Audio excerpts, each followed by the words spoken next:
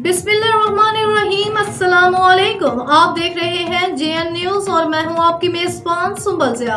Bulletin का बाकायदा आगाज करते हैं और शामिल करते हैं अब तक की अहम तरीन खबरें।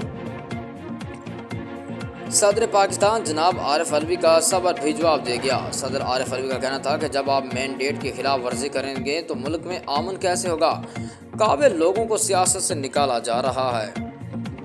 When you defy a mandate, how can there be peace in this country? आप समझते हैं टैलेंट ऐसे ही आ जाता है?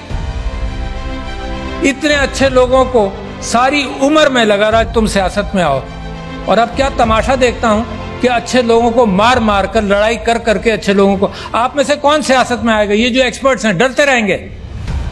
When you push your talent away, जो फाइनेंशियल इंक्लूजन है वो पॉलिटिकल इंक्लूजन के बाद मैंने आपसे कहा कि decision making is poor. So if you have poor decision making, the country will go the same direction.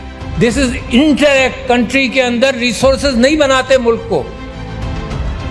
मेरे भाई diplomat from Oman, good decision making. Singapore, Dubai, nothing in the ground, progress किया, nothing in the ground. जमीन से उनको कुछ नहीं मिला, न तेल मिला, न मादनियात मिली, पानी की किल्लत मिली सिंगापुर को, but good decision making. Simple लोगों ने सही फैसले किए, कोई आइंस्टाइन की जरूरत नहीं है आपको।